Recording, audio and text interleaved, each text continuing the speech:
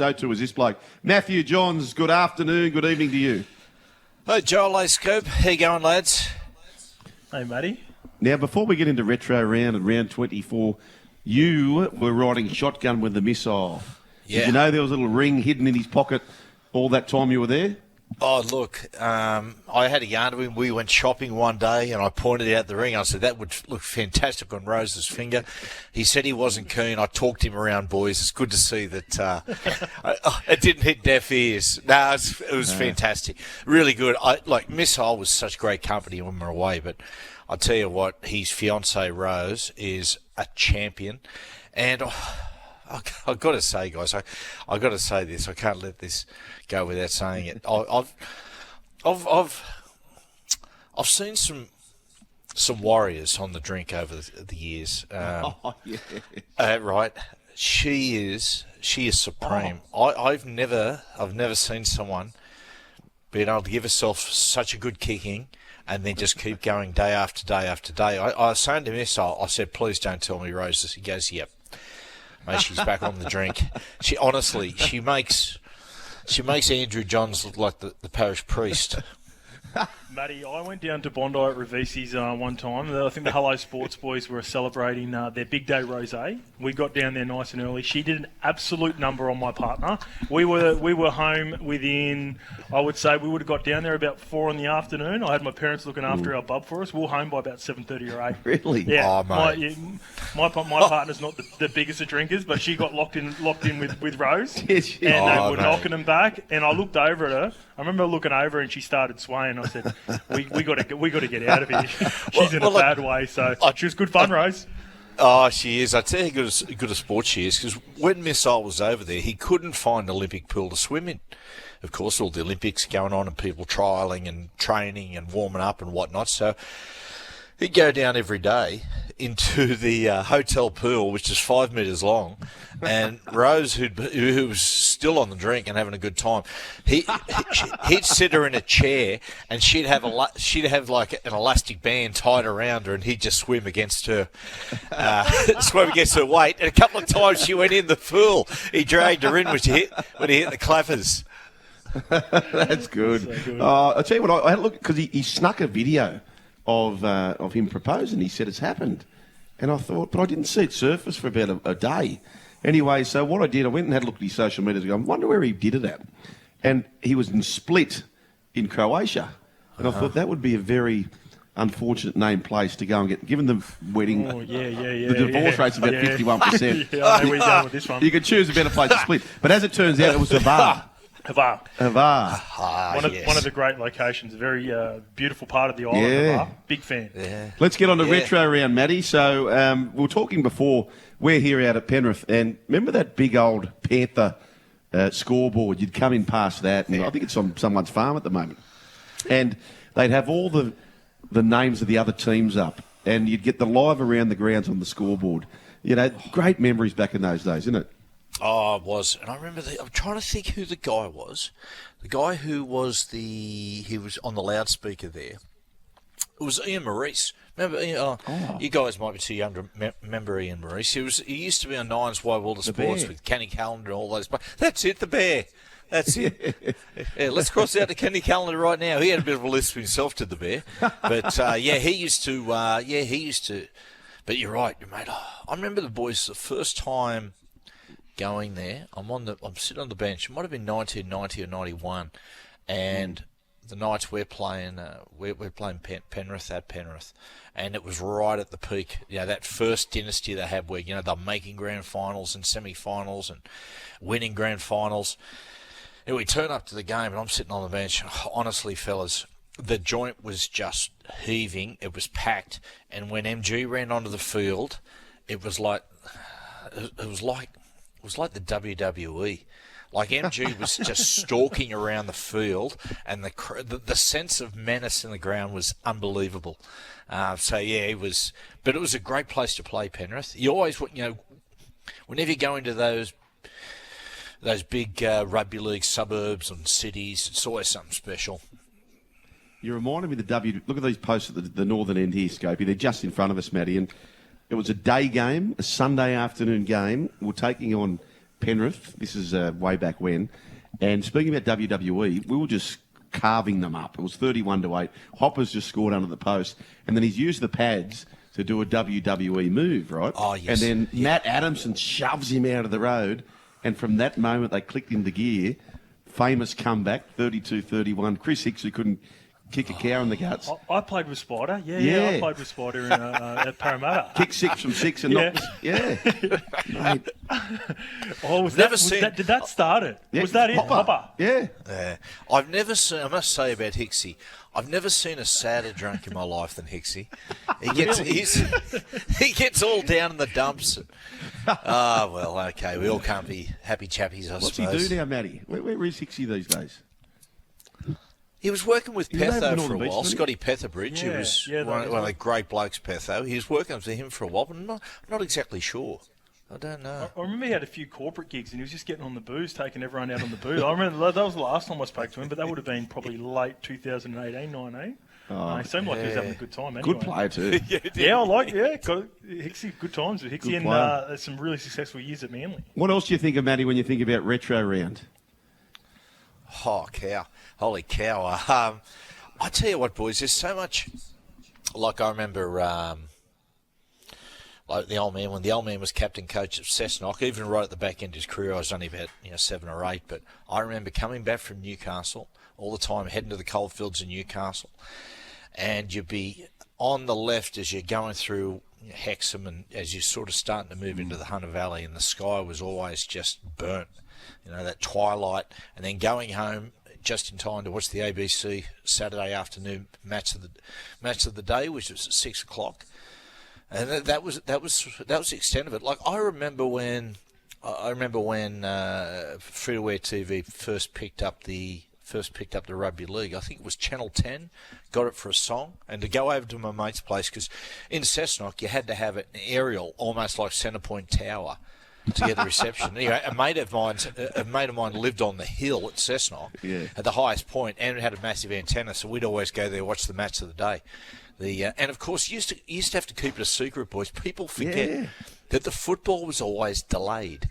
It was the Channel 10 big game at 6 o'clock. Sometimes it was at 7:30. So all day you're avoiding hearing the scores of the game, so you can watch it that night. Don't tell me. You'd come into the house, wouldn't you? Don't tell me the score. Yeah, you'd turn on the continuous call with Zorba and Hollywood and Zorba, and they go, sideline on Tatum again. You just have to turn off the radio. Yeah, that's right. Oh, that was great times. Rightio, what do you think about this big game tonight, Panthers and the Storm? Oh, I tell you what, it's a really difficult game to get a handle on. It's interesting about Melbourne. We're going to start to see really how close Melbourne get to winning this competition, or indeed winning it, because they've looked a little scratchy, but their spine has barely been together this year. All of them sort of had injuries at one point or another, and they've had to put makeshift players in. By the way, those makeshift players have been incredible. Longo and Tyron Wishart, I think he's the most improved player in the competition. So those blokes have come in and they've done an incredibly good job, but it is about Pappenhausen, Jerome, Harry Grant, Munster. That's what it's all about. If they're going to win the competition, those blokes have got to be in the side and they've got to be firing. So I think tonight we're going to get a really good gauge. The track's perfect, Matty. It is slick, isn't it? Matty, I got 4 tiers, and this tonight for me will determine if it turns into 3. I got Penrith tier 1, I got Melbourne tier 2, I've got the Roosters tier 3, and I've got everyone else tier 4. What do you think about those tiers? Yeah. And I do think Melbourne are a shot at beating Penrith out here tonight and then putting themselves in the tier with Penrith. Yeah, I'm with you there, Scope. I mean, the Roosters can beat anyone on any day, but they're just too inconsistent. They've got on a good run at the moment. They're 6 from 7, but you know what I mean. They don't appear to me to be a consistent football side, one that you can rely upon in really big games like Melbourne and Penrith. But it's interesting tonight, Scope. One thing to keep an eye on with Melbourne. Melbourne don't fear to going to places like Penrith to play, and night football in Penrith. I'm not talking about the atmosphere or the hostility of the crowd. That doesn't worry him. One of the things that are really difficult to beat Penrith are the conditions. The western suburbs of Sydney, July and August, before it starts to warm up a little bit. At the moment, as you said, it looks like it's nice fast track at the moment. As we know, when you start to get about 7:30, the dew starts to hit in, and it literally becomes almost a wet weather game. That doesn't concern Melbourne. Melbourne play in those conditions most weeks at home. That's their home ground surface. So for that reason, I think this will be a really tight game. I'm leaning towards Penrith, just on the back of the most obvious bloke, Nathan Cleary. Nathan, it's been quite serendipitous for Penrith the last few years, and the fact that they've lost Nathan for a stint, but it's worked for him. When he gets to this back end of the season, his form peaks, and we're seeing it again at the moment. So I think Nathan, if there was nothing up for grabs in this game, if there were no 2 points or anything, you just know the competitor that Nathan is, that he'd be going out there hell-bent to make a statement against Melbourne. Matty, I was saying to Scope before about you compare the teams and you go back to 2020 or their first one, 2021 in this run, and you go, oh, yeah, that was a better team. They had Crichton, they had Burton, and they had Kickow and all these names. Yeah. But what we don't compare is that the Dylan Edwards of 2021 was nowhere near as good as the 2024 model. And the Cleary of 2021 is not as good as the Cleary 2024 model. So, yes, they've missed some big names on paper, but some of these other blokes have just hit share prices we've never seen before. Well, Joel, Scope, the thing about it was they were young. They were still boys. That's the thing about it. They were on the rise. They were about to peak, but they weren't there yet. Interviewer Nathan here once, myself and my young bloke Cooper, I spoke to him about that. I said, what did you learn from that grand final? And he said, when we look back on that grand final, he said, Melbourne were men and we were boys, and they bullied us. And that's when you saw the next season that Penrith they get criticised for it, but they were going out there when they scored, and they'd really, they'd be all over the opposition and bumping them and pushing them and that sort of stuff. That was what they were about. For them, that was going from being a team of boys to being a team of men. And they said from that day, after that grand final, they said, as a team, we'll never be bullied again. Wow. Yeah, that's huge. When you think, you just mentioned it before too, Matty, about Melbourne Storm, and I think a lot of teams come here defeated. I think that before they get here, they're defeated, and there's a couple of teams that stand out in this period that've been so successful. And the two teams are the teams, well, one they're playing tonight and one they played last week in Parramatta, who for whatever reason, doesn't matter where they are on the ladder, they're not defeated playing the Penrith Panthers. Is there anything stylistically you think that's similar between the two teams that serves them so well? Not really, Scope. That's the Parramatta one. It always surprises me. That's a real anomaly for Penrith, because I don't look at anything specifically within Parramatta style that is unique to them, if that makes sense. I get it with Melbourne, because Melbourne turned up with no fears, but Parramatta, that even the year they made the grand final, for most of the season they were up and down and inconsistent, a little flaky, but they caught fire at the back end. But yeah, it's hard. Like Melbourne, it's completely obvious. I've never been able to get a read on what it is with Parramatta. I don't know if it's the extent that Parramatta get away after the occasion, if it's the style of football, or exactly what it is. But it's it's a strange one. Yeah, Knights are another team. They trouble Penrith without always beating them. They just have a way just to get them in a fight. Right. Here's the theory. Right, talking like that, and I think against certain sides, the more simplistic you play, and the less pre-organised sequences you have, oftentimes the better it goes. A team who always had, when Melbourne were dominating in those mid-2000s and winning competitions and whatnot, the team that had great success were the Warriors. Right? Now, when you look, you go, why were the Warriors? Why did the Warriors always have the wood on the Melbourne Storm? Well, I went back and had a look at the game. Melbourne Storm were a team that used to, as you know, they like to catch it with their defence. They catch a team, hold them, wrestle them, get them to the ground and slow it up. And they were very, very good at recognising sequences that are about to take place and adjusting to cover it. But with the Warriors, watching when I went back and watched on tape, what the Warriors did, they played a very simple power style of football. And what it would do, they would just zero in at guys like Cameron Smith. And it become very hard for Cameron and those guys to catch them, if that makes sense, to do what they like to do, which is catch them, hold them. The Warriors effectively were going straight over the top of Melbourne and was nullifying their wrestle. And it's just one example of saying, when you come up against those big sides, you can have all these grand plans, but sometimes the way you beat them is you just run harder than they do and you tackle harder. Which goes back, if you talk to Scotty Sattler, I love this story. This says it all. Penrith, when they made the grand final against the Roosters in 2003, the Roosters just annihilated the Dogs the week before. Penrith were good to beat the Warriors, but they turned up and they were offering about $3.50 around the Panthers, which was, in my opinion at the time, way unders. Scotty Sattler said they went to training, right, with Johnny Lang, and they're all standing around, they're talking about how they're going to play. Johnny comes forward and said, "Listen, boys, over the last 2 days I've been sitting just going over tape how to beat these blokes, and you know what? I haven't found anything. So you know what we're going to do? Let's run harder than they do, and let's tackle harder." As simple as that. And they went out and did it, and they won. Sometimes when you pull things back to just base, that's where you get your success. So the Sharkies in 2016, their big plan was similar to that, run hard, tackle hard, but they can't have Cameron Smith make enough tackles. He made 74 tackles in that match. They just, talking about that catching, they just kept going to him the whole game. And that's what Melbourne and Penrith do. They commit to 80 minutes. You just know with 5 minutes to go, both these teams are still hunting around. Canterbury commit to the 80 minutes, but not many others do, Matty. Yeah, no, it's funny, isn't it, mate?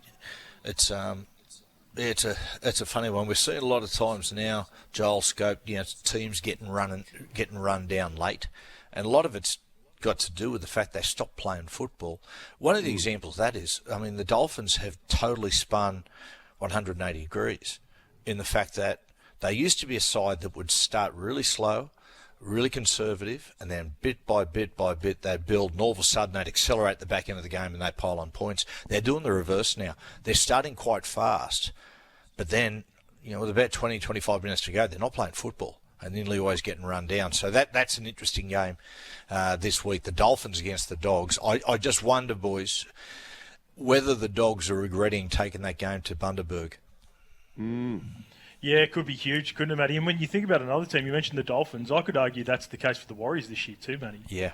Some of the leads that they got to and the amount of power footy that they played, and they were playing really enterprising footy, then they'd get to half-time and then try to kick the corners and try to control their way to win and end up getting run down. Yeah, I totally agree with this, Scope. If the Dolphins had a twin brother last year, it was the Warriors. In the fact that they started conservative, go forward, kick well, go to the corners, just keep things really simple. And then later in the game, all that hard work they did would just compound and suddenly they'd accelerate towards the finish. I want you to watch Penrith tonight, Rado. Just something to watch closely. What Penrith do, right, they are the kings of coming back late under amazing circumstances and winning. It's a bit like Winks, when Winks would win and you'd look and it'd be 10 lengths behind with 300 to go and you say, not this time, but it'd find a way to win. That's right. What I want you to watch tonight, I want you to watch Penrith, how they build their game. I want you to have a look at how many inside balls they do in the first 30 minutes of football. They'll do these little flowery sequences, it'll end an inside ball. Drift across, inside ball, inside ball, inside ball. And what they are doing, they are building their game. They're building their game to win the game in the last 10, 15 minutes. Burn out the opposition middles. Matty, you could have thought we're watching first grade here because 20 metres out, Penrith have got the ball in the Jersey flag. This cage kick, as some people like to call it, and identical sort of gait and kick, Jet Cleary is out there playing. So looking forward to seeing how he goes. I wouldn't know. Matty, thanks so much, mate. All the best tonight on the show. It'll be another big one. Geez, you're looking nice and tan too, young man. Mate, times are good, eh? Paris. Hey, just going to ask Scott, mate, are you getting half the money Willie's getting at Channel 7? I mean, I thought you blokes were a team. Mate, I'm lucky enough to get the SEN gigs, Matty, and he gets the 7 gigs, so it works itself out in the long run, mate. Good on you, Matty. He's had a couple of tough ones to report on this week too. See you, boys.